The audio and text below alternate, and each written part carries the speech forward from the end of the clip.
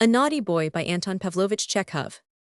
Ivan Lapkin, a youth of pleasing exterior, and Anna Zamblitskaya, a girl with a tip-tilted nose, descended the steep riverbank and took their seats on a bench at its foot. The bench stood at the water's edge in a thicket of young willows. It was a lovely spot. Sitting there one was hidden from all the world and observed only by fish and the daddalonglegs that skimmed like lightning across the surface of the water. The young people were armed with fishing rods, nets, cans containing worms and other fishing appurtenances. They sat down on the bench and immediately began to fish. "I am glad that we are alone at last," began Lapkin, glancing behind him. "I have a great deal to say to you, Miss Anna, a very great deal. When first I saw you've got a bite, realized at last the reason for my existence. I knew that you were the idol at whose feet I was to lay the whole of an honorable and industrious life. That's a big one. Biting on seeing you, I fell in love for the first time in my life. I fell madly in love. Don't pull, yet let it bite a little longer. Tell me, dearest, I beg you, if I may aspire not to a return of my affection. Oh, I am not worthy of that. I dare not even dream of it. But tell me, if I may aspire." Topple, with a shriek, Anna jerked the arm that held the fishing rod into the air. A little silvery green fish dangled glistening in the sunlight. "Goodness gracious, it's a perch. Oh, be quick, it's coming off." The perch fell off the hook, flopped across the grass toward its native element, and splashed into the water. Somehow, while pursuing it, Lapkin accidentally seized Anna's hand instead of the fish, and accidentally pressed it to his lips. Anna pulled it away. But it was too late. Their lips accidentally met in a kiss. It all happened accidentally. A second kiss succeeded the first, and then followed vows and the plighting of troth. Happy moments, but perfect bliss does not exist on earth. It often bears a poison in itself, or else is poisoned by some outside circumstances. So it was in this case. When the young people had exchanged kisses, they heard a sudden burst of laughter. They looked at the river in stupefaction. Before them, up to his waist in water, stood a naked boy. It was Kolya, Anna's schoolboy brother. He stood there smiling maliciously, with his eyes fixed on the young people.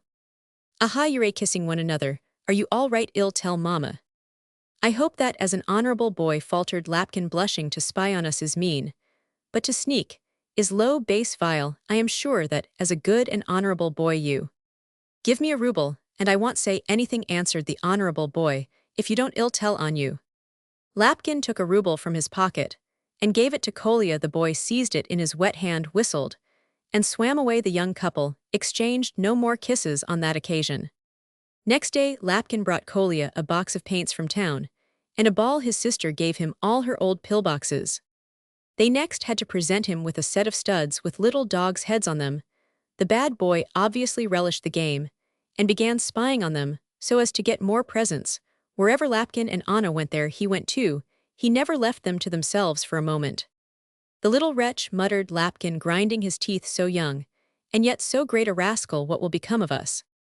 All through the month of June, Kolya tormented the unhappy lovers. He threatened them with betrayal. He spied on them, and then demanded presents. He could not get enough, and at last began talking of a watch.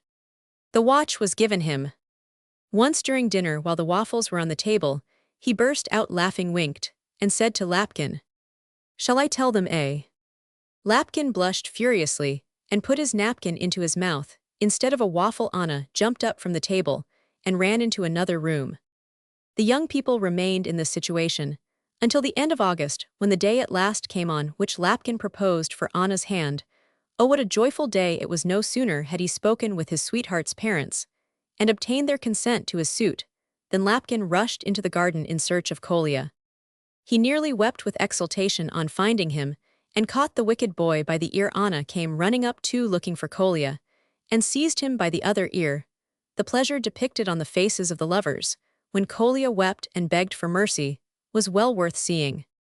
"Dear good sweet angels, I won't do it again. Ouch, ouch, forgive me," Kolya implored them.